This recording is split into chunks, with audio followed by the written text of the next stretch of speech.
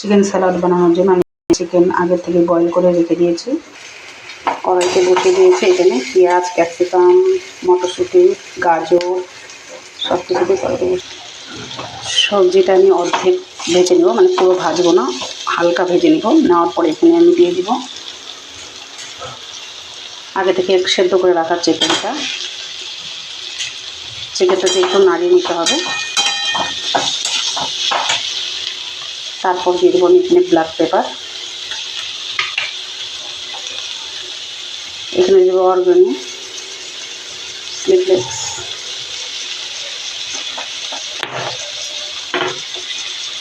Chilli flakes দিয়ে দিব অল্প।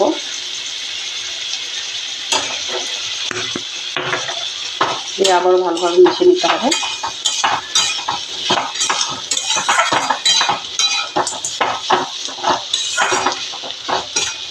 পুরো রেডি আমার চিকেন স্যালাডটা, দেখতেই পাচ্ছ